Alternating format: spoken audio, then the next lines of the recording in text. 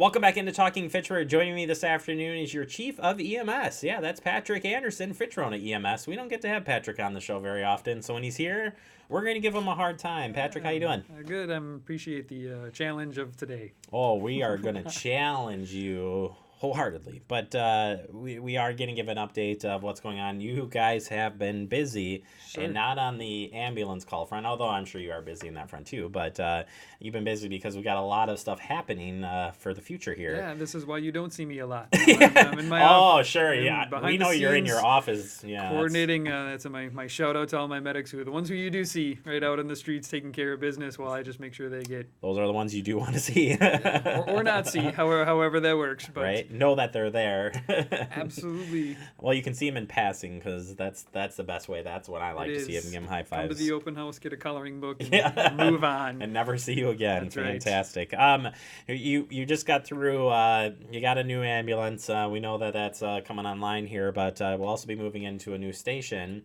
Station 3 here, and as part of that, we had a hiring piece all finished up. I'm sure you're happy on that front, yes. And we've got some news on that front. Yeah, it was a pretty long process. We actually had a really large group of applications come through, so it's been we actually started that way back in March. So yeah, really happy to have that process done.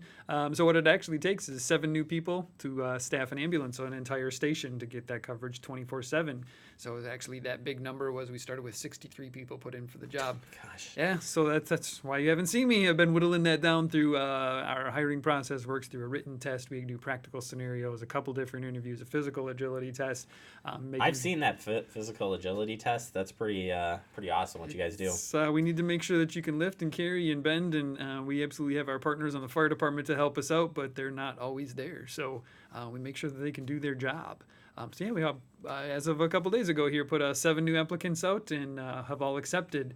So 4 weeks from now is going to be our target date, and that August 1st will be that day that brand new station opens. I actually saw the sign out there yesterday. It has Fitch-Rona and Fitchburg Fire I saw that on there. I saw it today when I came into work. I was like, all right, it's starting to look like a real station. Pretty impressive. We took delivery of the ambulance here about a month ago, and it's made its way around the county here to get radios and programs and equipment, and still plugging away on that. It's not as easily just like going down to the lot and buying one. I've definitely been on that committee before, and it takes a lot of time, and it's for a good reason. I mean, you want your toolbox to be stocked and ready to go when you're out and about. So, well, that's awesome. I'm glad to hear that they're on board. We can't wait to meet them and check out the new station. And then so that will put 3 ambulances now at that time. We'll have 3 ambulances covering our district. So the district, one down at the Verona Fire Station, one over at the Marketplace Station, and now one at South Sain. Well, basically, part of that, the reason for that ambulance was to reduce response times into the whole northeast corner of Fitchburg, and actually the whole eastern side of Fitchburg is now it's right off of 14.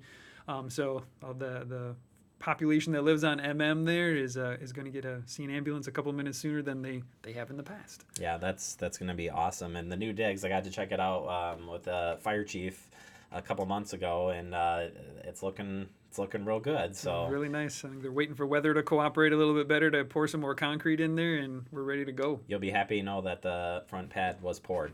Nice. I'm just saying, because again, driving by it, I saw the signs. Lots of dirt still. Anyway, the other aspect that we want to talk to you about today is we have a lot of sporting events that are either held here in Fitchburg or pass through Fitchburg. Yes. Whether triathlons, lots of runs, bike events. We have Festival of Speed, and unfortunately, there has been, for whatever reason, and I think it's just been the luck of the draw that unfortunately, some of the athletes have passed away at different various events across the state.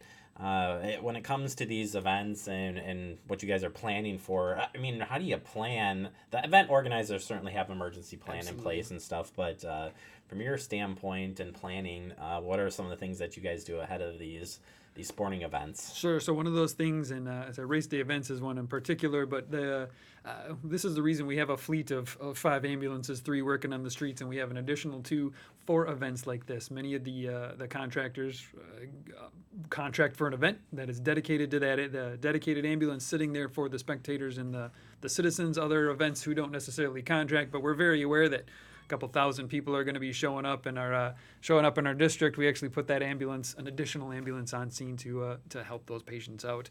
Like you said, it's a sporting event. It's athletics. They come with all sorts of risks. That's specifically, we've been talking the triathlons and the biking, the Ironman, the half Ironman who come through here, swimming, biking, and running, like all events. So we make sure that we're prepared, that we're in the right places, that we have the right equipment. Love to do that bystander CPR classes that we teach as well out at the libraries. That is so important to get people just pumping on a chest. But making sure that we are, again, in the right places. Same thing for bystanders. We have talked about lots of bike accidents out here, making sure that you're wearing your helmet. As people driving through these areas, slow down. Lots of construction. It's the construction side as well. So, you have people. You're not allowed to mention that word on this show. Construction in this show. No. Yeah, so I will just do how about slow down? Fitchburg is such a biking community, right? And we have so many paths, but we've also got, because I think it's really because Ironman moves through here, that we have so many people out training on the sides of the roads, and we are putting shoulders in out on a Wayland there. I think is gonna hopefully help. But be careful on those intersections. When it comes to swimming, make sure that you take your time. Make sure it's the usual things you learned as a kid, right? Don't swim half an hour after eating your meal. I know that's pretty lame to throw that one out there. Okay, I'm going to go on the record here and say that you're not just saying this because you're the chief of EMS, a paramedic, but you're actually an athlete as well. So this is coming from the heart here as far as these tips go. Sure. So he's telling you that he doesn't eat a half hour before he does his, at least the swim part. Anyway, right. So. Part of it is the whole cramping thing, and it's with any athletic event. As soon as you're eating and you start doing these athletic events, all of your blood moves off to these muscles to do that athletic event, and essentially can cause some nausea and cramps. It's not a hard and fast rule to play by any means, but water safety, careful when you're on the water. Make sure you're swimming with a buddy. Make sure that somebody knows you are out there. As we've talked about some of these events here with the triathlons coming up, make sure that you're prepared. These are when events like this happen and cardiac arrests happen, we just got to be very proactive and make sure we get the right help to the right people. While you're biking, make sure you got a helmet. Watch out for traffic. Watch out for those bikes, and then running as well. Make sure that you have enough water. Make sure you have enough nutrition. Make sure somebody knows where you're at. Careful crossing the roads, and watch for that heat. Yeah, I was gonna say, I think as an athlete, you're gonna push yourself, the best that you can. But I don't know that I push myself, but.